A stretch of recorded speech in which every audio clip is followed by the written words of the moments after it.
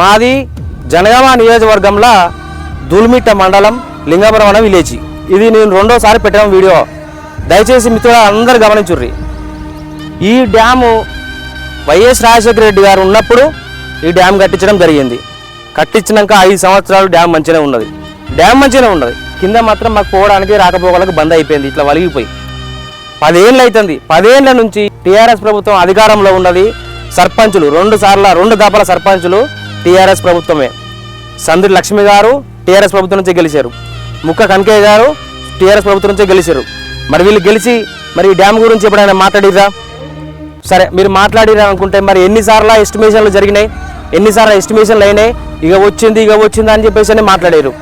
ఇక ముత్తిరెడ్డి గారిని తీసుకొచ్చి మీరు అక్కడ విందు అటుపెట్టు విందు గిందు అని చెప్పేసి అని మందు గిందు సుక్క ఇక్క అని చెప్పేసి అని ఆడ కూర్చుని పెట్టి టెంట్ వేసి మంచిగా నిమ్మలంగానే అయితే ఎంజాయ్ చేసి అయిపోయింది.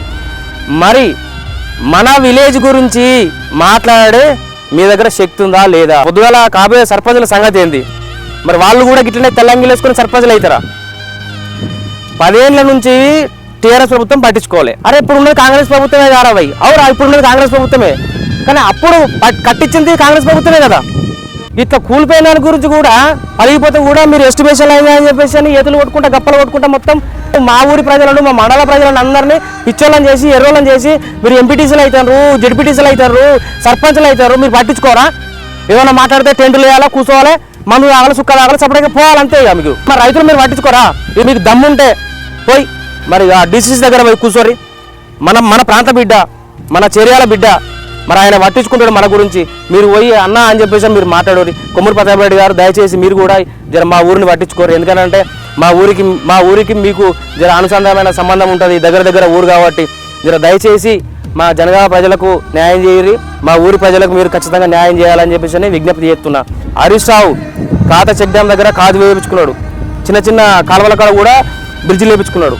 అంటే ఆయన గొప్పతనం అది. ఆయన నియోజకవర్గంలో ఆయన మళ్ళీ గెలవాలి, నా ప్రజలను గెలిపించాలని చెప్పేసి అని ఆయన వేయించుకున్నాడు.